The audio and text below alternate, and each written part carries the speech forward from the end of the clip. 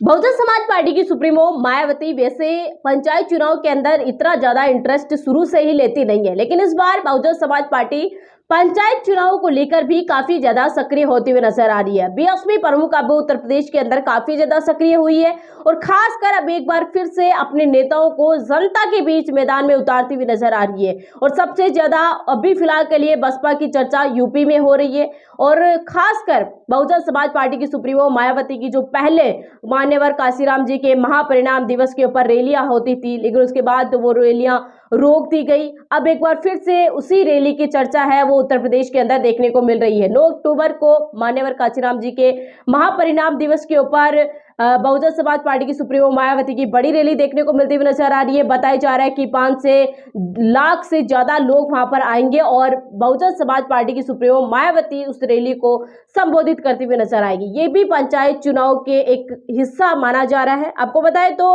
BSP भी पंचायत चुनाव में जोर आजमाएगी। इस तैयारी जोरों पर चल रही है। पार्टी की ओर से पंचायत के साथ ही विधानसभा चुनाव का अभियान भी 9 अक्टूबर से शुरू होने वाला है।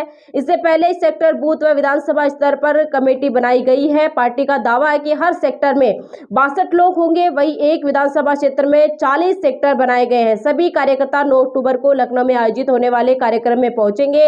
इसके लिए अभी से यह तैयारियां काफी ज्यादा तेज हो गई है। पिछले रिकॉर्ड की बात की जाए तो बसपा ने पिछले लोकसभा चुनाव व विधानसभा चुनाव में बेहतर प्रदर्शन नहीं किया, लेकिन उसके बावजूद अब यहाँ पर एक बार फिर से यहाँ पर बहुजन समाज पार्टी मैदान में उतरती हुई नजर आ रही है। और साफ तरीके से आपको बताने की कोशिश करें तो एक बार फिर से आकाश आनंद भी यहाँ पर एक तरीके से सक्रिय हो चुके हैं।